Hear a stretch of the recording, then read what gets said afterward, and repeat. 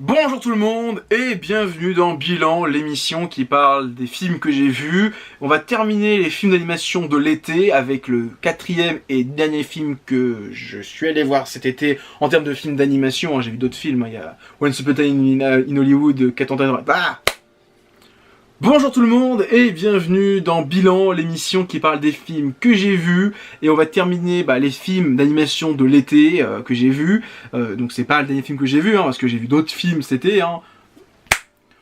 Bonjour tout le monde et bienvenue dans Bilan, l'émission qui parle des films d'animation que j'ai vus. Et donc on va terminer ce petit tour des films que j'ai vus cet été, enfin des films d'animation japonais que j'ai vus cet été, parce que j'ai vu plein d'autres films, que ce soit d'animation ou pas, notamment Once Upon a Time in Hollywood de Tarantino, que j'adore, enfin j'adore le réalisateur, le film c'est pas mon préféré. Donc on va parler du Mystère des Pingouins, enfin le Mystère des Pingouins ou Penguin Highway en japonais, ou en anglais, ce sont les deux. C'était un film que j'avais vu, j'avais totalement envie d'en parler dans ma vidéo sur les films à voir cet été. Désolé, je l'avais totalement oublié.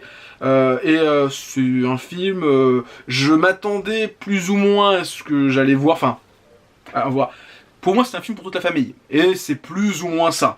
Donc voilà, franchement, quand j'y suis allé dans la salle, c'était beaucoup de parents avec leurs enfants. Parce que c'est vrai qu'en termes de films d'animation cet été, il n'y avait pas grand chose. Il n'y avait vraiment rien. Il y a Le Roi Lion, si on peut dire que c'est un film d'animation. Et voilà, après les autres films, allez, à part Wonderland, j'ai du mal à voir les gens y aller avec leurs enfants. Genre Promare, déjà c'est en VOST-FR, donc tu vas pas emmener ton enfant aller voir un film en VOST-FR, il va pas pouvoir lire, il va rien comprendre. Bon, il va peut-être voir les trucs, il va dire ouais, c'est impressionnant. Les enfants de la mer, c'était un peu trop perché pour des gamins, ils vont décrocher, ils vont se barrer du film.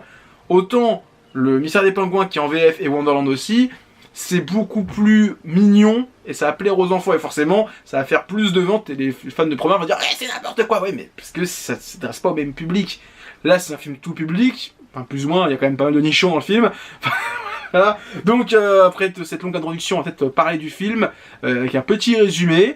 Alors l'histoire, c'est qu'on suit Aoyama, un garçon qui est en école primaire, il a 8 ans, donc il est CE1, CE2, CM1, ouais peut-être CM1, qui en fait un jour va à l'école et tout le monde est étonné parce qu'il y a des pingouins dans leur ville. Ils pensent que c'est un zoo ils étaient dans un zoo qui sont échappés. Et il va commencer à enquêter, il va se rendre compte qu'il y a tout un mystère autour de ça, que c'est pas normal qu'ils soient chez eux, et qu'il y a d'autres mystères qui vont commencer à graviter autour d'eux dans la ville. Et voilà, c'est plus ou moins ça, c'est un long film d'enquête sur Aoyama qui va essayer de percer le mystère des pingouins. Titre français pas mal trouvé, même si ça nique un truc par rapport au film. Bon, j'en parlerai pas tout de suite, mais parce que voilà, Penguin Highway c'est la route des pingouins, donc en fait ils cherchent la route des pingouins, pourquoi ces pingouins sont là. C'est un petit truc dans le film, à moi il note, il appelle ça, il a un petit carnet qu'il appelle le Highway Pingouin. Donc le film est pas mal, franchement il est pas mal, mais c'est vrai que quand tu passes après Les Enfants de la Mer et Promare, en termes d'animation, c'est sûr que ça sera pas une claque visuelle, mais c'est pas mal. C'est comme un film pour toute la famille. Je pense que c'est le genre de truc que tu peux montrer à tes enfants le week-end, ça passe. Promare, les petits de 8 ans, ils vont peut-être prendre une grosse claque, mais ils vont rien comprendre au film parce que pas de VF. Les Enfants de la Mer, c'est pas pour tout le monde non plus. Mais ouais, ça reste un film accessible. Je pense que on peut y aller avec ses enfants tranquillement. De toute façon, je suis dans la salle, il y avait pas mal de parents avec leurs enfants et ils avaient pas 5-6, ils avaient 5-6 ans. Alors que j'étais un peu étonné parce que j'étais au courant qu'il y avait pas mal de scènes où le héros mate la poitrine d'une femme on va dire d'une vingtaine d'années.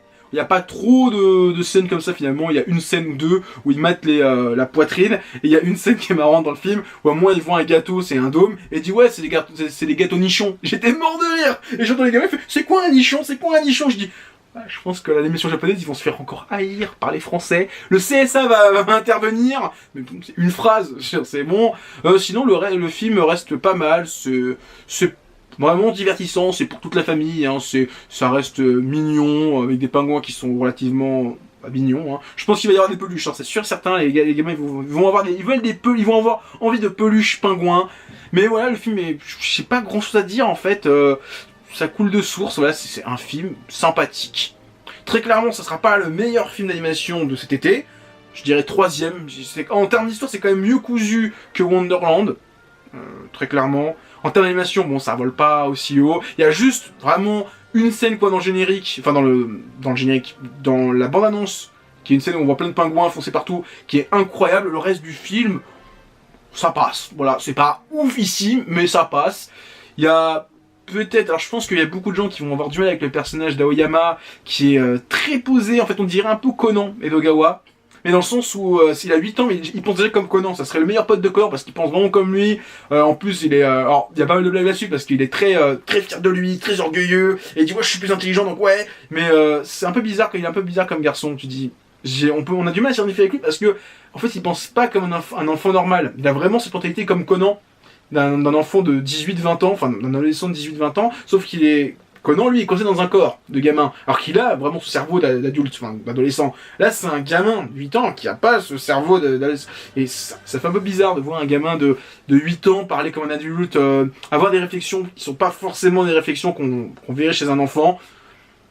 Mais ça passe. À part ça, franchement, c'est le seul peut-être petit défaut qu'on pourrait trouver au film. Mais sinon, ça passe. Le film est vraiment pas mal. En termes de... J'ai pas vraiment de trucs à dire en spoiler en fait. C'est... voilà. Je trouve que la bande-annonce en dit un peu trop. Voilà, honnêtement, la bande-annonce dit peut-être un peu trop. Ne la voyez pas en VF ou en VSTFR. Ne lisez pas si vous voyez en VSTFR, la réponse sous-titre parce que je trouve qu'elle dévoile pas mal de choses sur l'intrigue. Pas forcément visuellement, mais il y a des choses qui sont dites où bah forcément ça va aiguiller sur la suite du film. Et ça peut vous gâcher le plaisir. Moi, quand j'ai vu le film, j'avais certaines idées préconçues sur certains personnages. Ça s'est plus ou moins réalisé. C'est un peu dommage. Mais sinon, ouais, ça reste sympa, c'est divertissant. Ça fait penser vraiment à ces films pour enfants, voilà, un petit peu, pas forcément les Goonies, mais un peu dans ce délire-là où les gamins, ouais, ils vont enquêter en fait sur les pingouins. Donc on les voit se faire un petit peu comme, comment ça s'appelle, Stranger Things, hein, où ils enquêtent, ils ont leurs outils, ils ont Tokiwoki, ils sont en enquêter, ils ont des cahiers, ils notent des trucs. C'est vraiment marrant de voir ça, mais bon, ils sont un peu trop intelligents. Je trouve que le personnage principal et même d'autres personnages qui sont avec lui sont un peu trop intelligents pour avoir des réflexions d'enfants de 8 ans. Très clairement, même moi, j'aurais pas ce genre de réflexion à l'heure actuelle. Ils font des calculs, je dis, putain, mais même moi, je les faisais pas à 8 ans. Alors peut-être qu'ils sont japonais, qu'ils sont surdoués, mais on n'est pas tous surdoués comme ça, normalement. C'est n'importe quoi, mais voilà. Ça reste un film sympathique.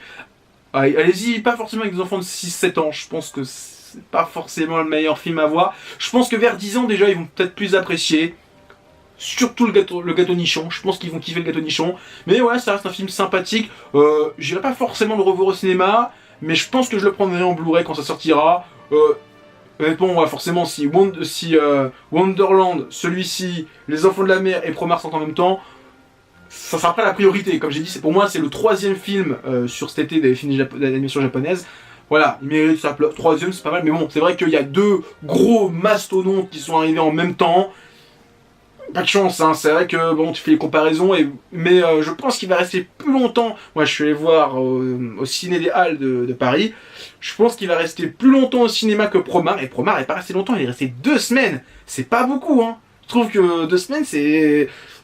Ouais, j'étais un peu triste, je voulais le revoir une 2e fois. Ah, j'ai été niqué, donc j'attendrai le Blu-ray maintenant. Ou alors je peux le MK2 de bibliothèque, mais c'est loin, c'est plus loin en fait, j'ai pas envie. Voilà, c'est tout ce que j'avais à dire sur... Le Mystère des Pingouins, c'est un film sympathique à aller voir en famille. Voilà, c'est tout ce que je peux dire. Plus en famille que Promare et Les Enfants de la Mer. Voilà, franchement, je pense qu'il fera plus d'entrées. Et à juste titre, parce que ça reste un film voilà, destiné à un autre public. Hein, forcément, c'est pas le même public. Mais allez le voir, franchement, sympathique. C'est mignon, c'est gentil. En VF, en plus, la VF est pas mal. Je l'ai vu en VF. Par contre, alors je m'attendais à puisque au tout début du film, tiens, vite des spoilers, hein, le héros jouait avec sa dent, et je pensais que ça allait être une thématique qui allait être plus longtemps dans le film. Finalement, c'est amorcé au bout d'une demi-heure, je crois. Et avant la première moitié du film, c'est résolu cette histoire de dents. Je pensais que ça allait être beaucoup plus long, ça va être une sorte de symbolique par rapport à l'évolution du personnage. Finalement, non. Voilà. Mais voilà, c'est tout ce que j'avais à dire. Voilà. Le Mission des Pingouins, c'était pas mal. C'est pas mal, mais très clairement pas le meilleur film de l'été. Voilà, c'est sûr et certain.